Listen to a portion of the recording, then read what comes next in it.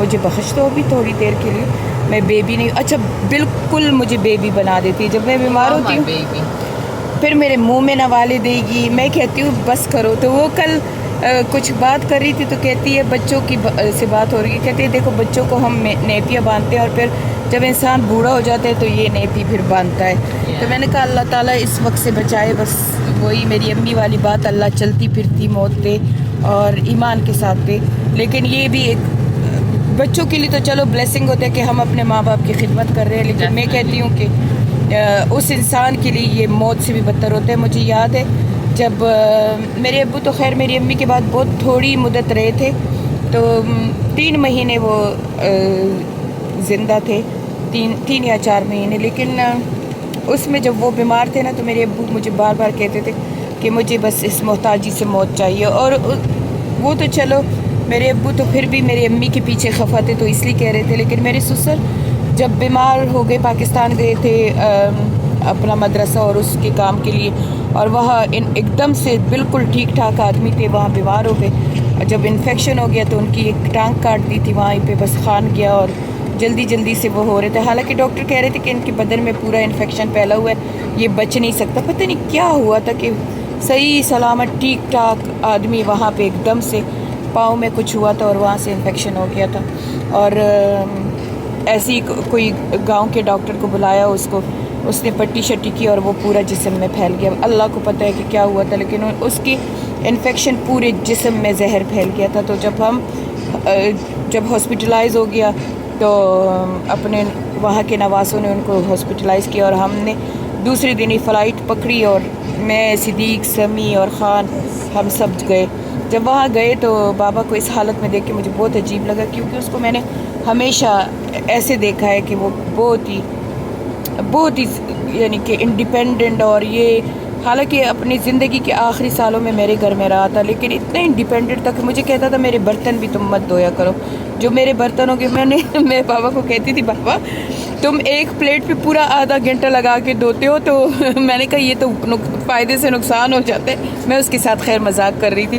میں نے کہا ہمارے تو واٹر کا اتنا بڑا بل آتا ہے, ہمارے واٹر کا بل واقعی 2-3 ہزار پاؤنڈ سال کا آتا ہے. تو میں نے بابا کو کہتی تھی بابا یہ پلیٹ میں خود دھو لوں گی, لیکن وہ اتنا انڈیپینڈنٹ ہوتا تھا, خود ہی وہ دھوتا تھا.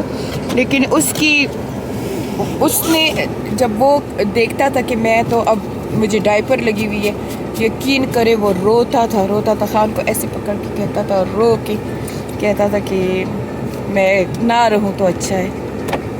نہیں کبھی بیٹھ کے انشاءاللہ پوری آپ کو بابا کی پوری کہانی سناؤں گی کہ کیا ہوا تھا, کیسے ہوا تھا. چلیے ایسے کریں نا, آپ لوگ اگر انٹرسٹ ہو بابا کی کہانی سننے میں تو ذرا کمنٹ کریں اور مجھے بتائیں, کیونکہ جب آپ لوگ پوچھتے ہو تو میں بتاتی ہوں آپ لوگوں کو. تو انشاءاللہ بابا کی میں آپ کو کہانی سناؤں گی کہ کیا ہوا تھا, بلکہ بابا کی پوری life story very juicy detail ہے. تو آپ لوگ ذرا کمنٹ کرنا کہ بابا نمبر 1 میرا ابا اور بابا نمبر 2 میرا سسر, ان دونوں کی لائف سٹوری آپ لوگوں کے ساتھ شیئر کروں گی انشاءاللہ.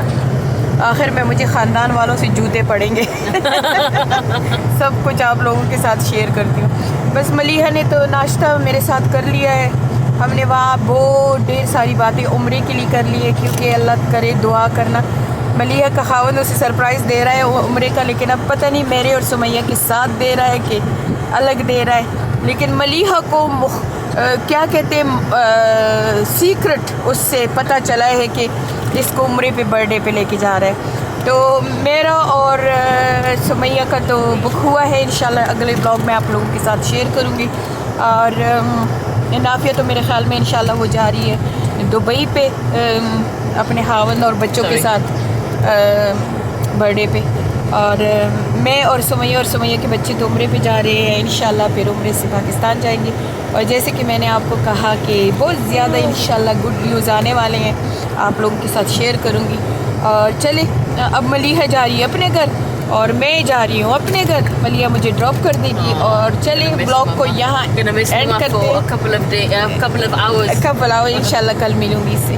تو چلے بلاگ کو یہاں اینڈ کرتے ہیں, ملتے ہیں اگلے بلاگ میں, تب تک کے لیے اجازت, اللہ حافظ. اچھا ابھی جو کلپ میں دکھا رہی ہوں وہ پشتوں میں کلپ ہے, اور یہ میں نے آج ٹک ٹاک کے لیے ریکارڈ کیا تھا، لیکن میں نے کہا میرے جو پشتون یوٹیوب فیملی ہے وہ بھی اس کو دیکھ لیں، تو چل پٹھانوں کے لیے ہے، یہ بھی ذرا دیکھ لیجیے. اور کلپ کے بعد اللہ حافظ. نو ناستو ما او یو خبره راته را یاده شوه، ما وی چې زه تاسو سره شیر کوم. نو تاسو به نوټ کړي ستاسو دوستانو کې یا ستاسو خپلوانو کې اکثر کم انسان چې ډېر فساد جوړي په فیملی کې یا په هغه کې که نه هغه کمیونټي کې، د هغه تاسو سټیټس وګورئ نو تاسو هغه به داسې د اسلامک سټیټس ورکړي چې آپس میں بھائی چارہ کرو، ایک دوسرے کا خیال رکھو، او بس تاسو سټیټس مې ورکړي که نه چې تاسو به وایئ چې د دنیا د ټولو نه عظیم ترین انسان دا دی. او بل پخپله که د خور او مور او حق کوي او که نه کوي، او مور ته سپک ګوري او خور ته سپک ګوري، خو دا سټیټس به ضرور ورکړي بہنوں کا حق دیا کرو اور ماں کی لک آفٹر کرو. ماله دونه زیاته خندا راشي که نه چې لکه زه د هغوی لکه زه ګورم د هغوی چې هغوی خپل خویندو سره څه عمل کوي. لږ نه څونه مې کتلي دي که نه، څونه مې کتلي دي، لکه زه یې پېژنم که نه، لکه ما ته پته ده چې په خپله د خویندو چېرته حق نه پوره کوي، مور ته چېرته په سمه خوله خبره نه کوي، مور یې که لکه ناجوړې یا پاجوي نو هغې غورځولي یا خوا دې خوا. او د هغه سټیټس چې زه ګورم یا په فیسبوک باندې یا په دې باندې چې سټیټس چې ته راته مخامخ راشي، نو د ټولو نه زیات به دقې خلکو لیکلي آپس میں انصاف کرو، بہنوں کے ساتھ انصاف کرو، ماں کے ساتھ ایسے کرو. نو خدای دې او دونه حدیثونه به یې ورکړي که نه، دونه حدیثونه به یې ورکړي چې دې حدیث دا وي، قرآن دا وي. نو یا خدای دې غرق نه که، دا خو تا لپاره راغلي، ستا غوندې کې انسان لپاره راغلي، ته پې ولې عمل نه کوې؟ نو تاسو ما سره متفق یې که نه؟ که تاسو ما سره متفق یې که نه، نو ضرور کمنټ وکړئ او ما ته ضرور ووایئ چې ستاسو په انوایرمنټ کې، ستاسو په دې خلقه کې، ستاسو په دې دغه کې هم داسې خلک شته که نه. صرف زه نوټ کوم، ستاسو د کمنټ انتظار وي راته ضرور وکړئ ښه.